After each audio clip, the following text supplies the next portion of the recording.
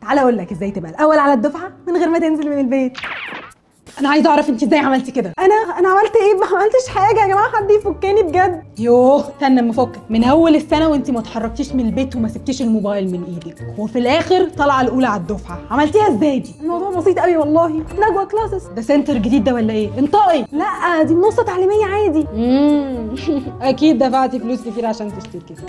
دي الحصه بتبدا من 20 جنيه واغلى واحده ب 70 جنيه عادي. اكيد مدرسين اي كلام. وبعدين هيردوا عليك ازاي دول اصلا لو عندك سؤال؟ يا بتاعت الاونلاين انت.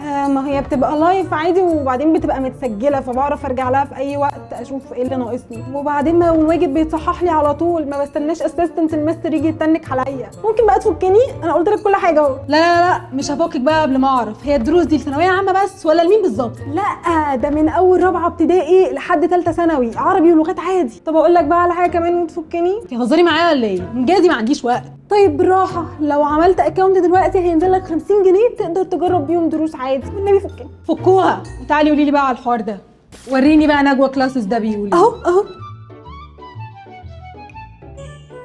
طب ما هو جامد اهو. امال انا ساحل نفسي ليه؟ بتعشقوا دي التنفس والله. هربطك تاني. لا وعلى ايه؟